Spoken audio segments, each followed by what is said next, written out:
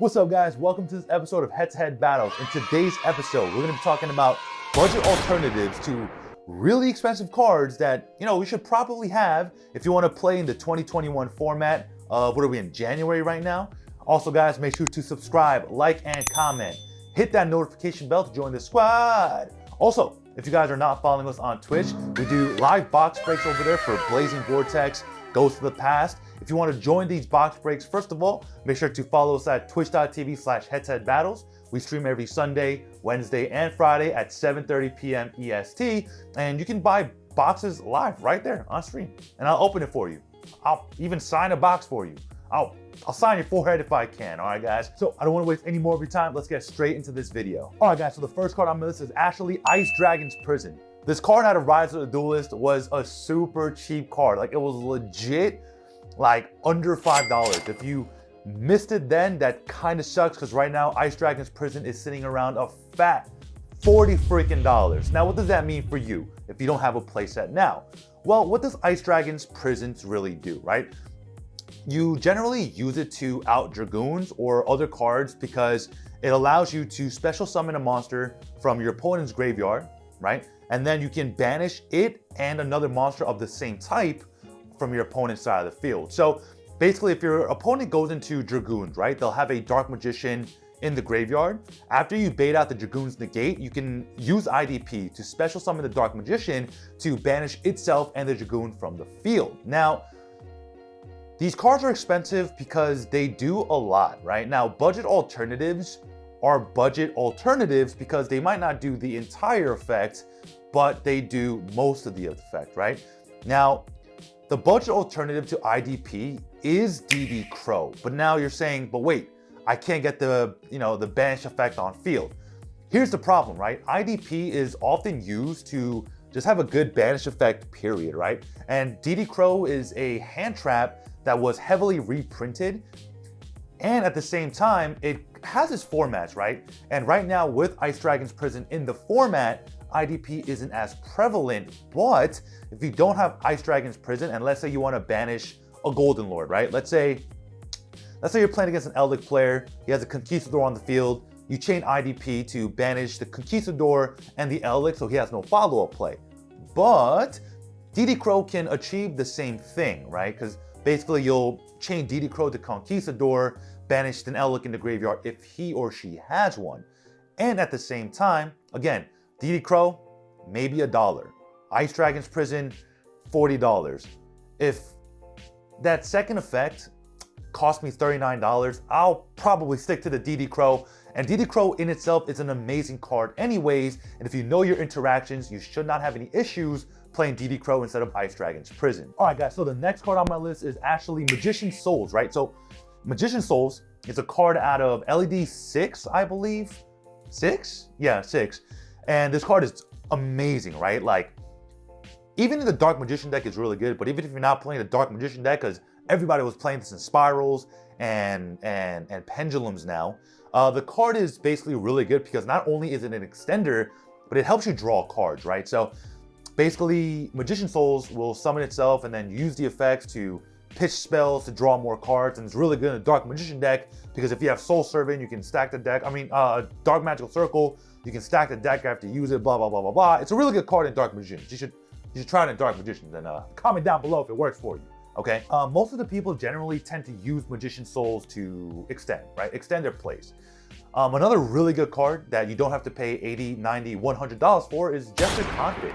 Jester Confit basically is not as hard to use because it basically says you can special summon this card, And it has other effects if you can keep it on the field until the end of your opponent's end phase. But we don't do that, right? We're just going to link it off or use it for something, right? So basically, Magician's Souls and Jester Confit accomplish the same thing, but the reason Jester Confit is not $90 is because Magician's Souls will help you draw 2 cards. Now, like I said, guys, when it comes to budget options, they're budget because they accomplish more or less half the effect of the card that it is alternativing for. Yeah, okay, anyways, you get what I'm saying, right? And hence the reason if Jester Confit also said special summon and then, you know, send 2 spells to draw 2 cards, Jester Combat would probably be $80 to $90 as well. And this is the problem when a lot of other players are like, oh, just, you know, play all budget alternatives. Well, you can, right? Because if you want to play a competitive deck and be able to compete with other meta relevant decks, sometimes, like, even though you do get the special summon off of Souls, that draw 2 or draw 1 even might like crazily change up the game state for you in a good way, right? I mean, just having the Jester Combat to summon is great. Like, don't get me wrong. Like, Jester Combat, just the special summon itself is amazing, right?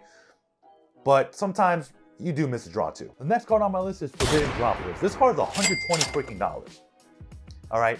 Now, this card initially actually went down to about $70, $65, and it shot right back up. Why? Forbidden Droplets is an insane card. If you read Forbidden Droplets, it says, basically send a monster, spell, or trap, right? And then choose that many monsters, and your opponent can't respond with whatever you sent. So if you sent the trap, they can't chain traps to it, right? So let's say your opponent has a full board of everything, and you want to Forbidden Droplet this person for 3, and you send the monster, you send a spell and a trap, they literally can't respond to you, right? Which is huge in the meta, and you can use Forbidden Droplets to dodge cards because you can send cards that are already on the field. So this is huge because after you've used, like, let's say Meltdown, and you don't need it anymore, you can use Forbidden Droplet to send the Meltdown. So like, Forbidden Droplet is $120 for a good reason, and on top of that, it's meta relevant, right? But now you're saying, listen, Sushu, I don't have $360 for a playset of shiny cardboard. What are my options? Okay, well, luckily you have a lot. I know Infinite Impermanence has lost its spot in the main deck and even most side decks in the meta right now, but Dark Ruler no more. It's a common out of a structure deck now, which means Dark Ruler no more, yes, you do lose the damage, right? Like, so if you're playing OTK decks, you don't want to be running Dark Ruler no more because it doesn't do anything for you because you can't OTK and you probably don't have a follow-up anyways. So then at that point, if you're also playing a combo deck and all you need to do is combo, then Dark Ruler no more is an amazing card and nonetheless should be in your side deck or even main deck because you don't have the droplets. You don't have it. You're like me. We're broke. We're both broke. Comment down below if we're both broke, okay? Another really good card that you can play alongside of it, because again, Forbidden Droplet is expensive because it does a lot. But to be quite honest with you, I mean, if you're playing like Chalice and Veiler instead of Dark Ruler no more, you can technically still have your battle phase, or rather technically still do damage. But another big downside to that is you need to set aside 6 spots in your main deck instead of 3 for 3 droplets, right? Because I mean, you can play 3 Dark Ruler no more and get away with it. I mean, or you can still play like 3 Veiler, 3 Chalice, and actually get away with it as well. Because I mean, you have a good chance of drawing 2, and generally speaking, they can be responded to. So you know what? Just play the Dark Ruler no more. Just go get your copy of Common Dark Ruler no mores and thank me later. Okay, you can thank me by liking this video actually. All right, so another card on my list is Lightning Storm. Now this card is really iffy because not a lot of people opt to play Lightning Storm because the chances of it resolving are not that high right now because first of all, it says you can't have any cards on the field to activate this card, which is huge. So that means like it kind of needs to be your first thing that you do unless like you can do something and then if they like negate and destroy, then you can still Lightning Storm. But Lightning Storm is good because it does 2 things. It either clears the front row or clears the back row. Now, and you can argue just play Raigeki and Feather, right? Yeah, but those are 2 1-ofs that I can play in addition to Lightning Storm, right? But there are other cards out there that you can play. Twin Twister is a really good card because if you need to fuel your graveyard, then Twin Twister is huge. So in a deck like Drytron's where you don't care if a Drytron name is in the graveyard, Twin Twister might be a really good pickup and it's super cheap. Twin Twister has a bunch of printings ranging from a common to an ulti rare. Imagine like a prismatic Starlight secret Twin Twister.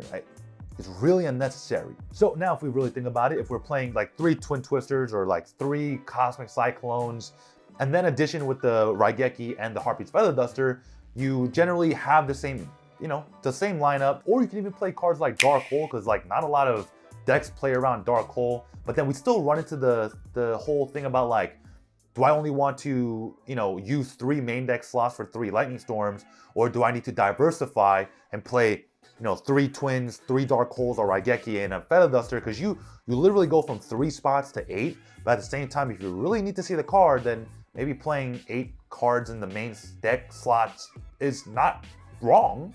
It could be right, who knows? Another card on the list is Evenly Matched. Now, Evenly Matched is a card that just fluctuates in price because you're like, oh, they might reprint Evenly Matched. They might reprint Evenly Matched. And they still have not reprinted Evenly Matched. It was supposed to be a common in a structured deck, but we got Dark Ruler No More instead, all right? So Evenly Matched is a really good card in the format right now because it really hurts Elec players. Now, if you Lightning Storm or Twin Twister Elec players, they're like deep down, they're thanking you. They're like, thank you so much for doing that. You know what I'm saying?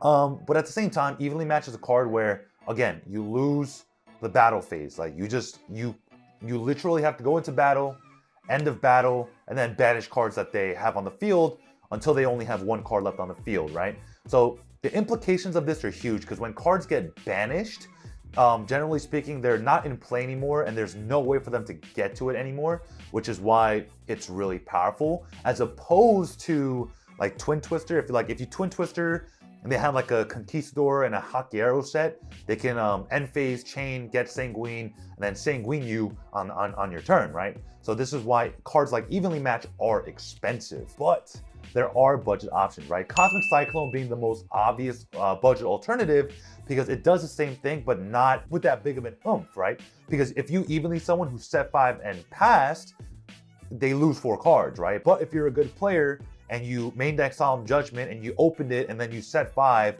with Solemn Judgment being one of those 5, then it doesn't matter. But most players, like most Elvic players and most Trap players, they generally will only set 2. So 1 good Cosmic Cyclone will seriously deter their turn. And a really good thing about Cosmic Cyclone is you can use it in the draw phase and the standby phase.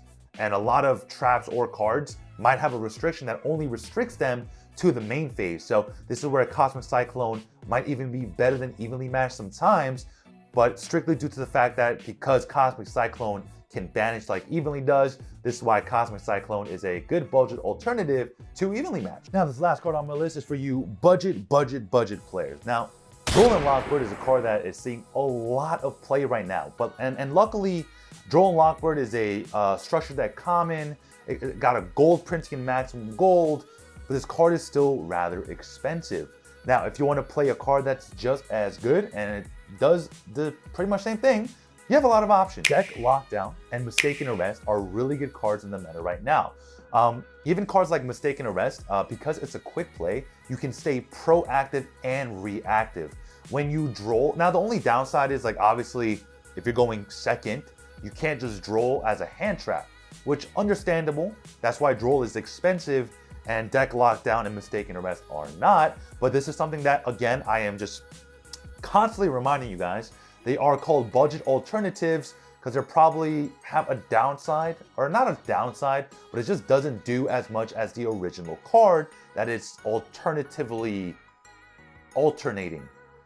English is really, really hard. All right, guys, and that's it for today. If you guys enjoyed content like this, make sure to subscribe, like, and comment. Hit that notification bell so I know you're coming back to these dope-ass videos. And also, guys, we are doing a giveaway. If this video can get 500 likes, we'll be giving away a booster box of Blazing freaking Vortex, all right, guys?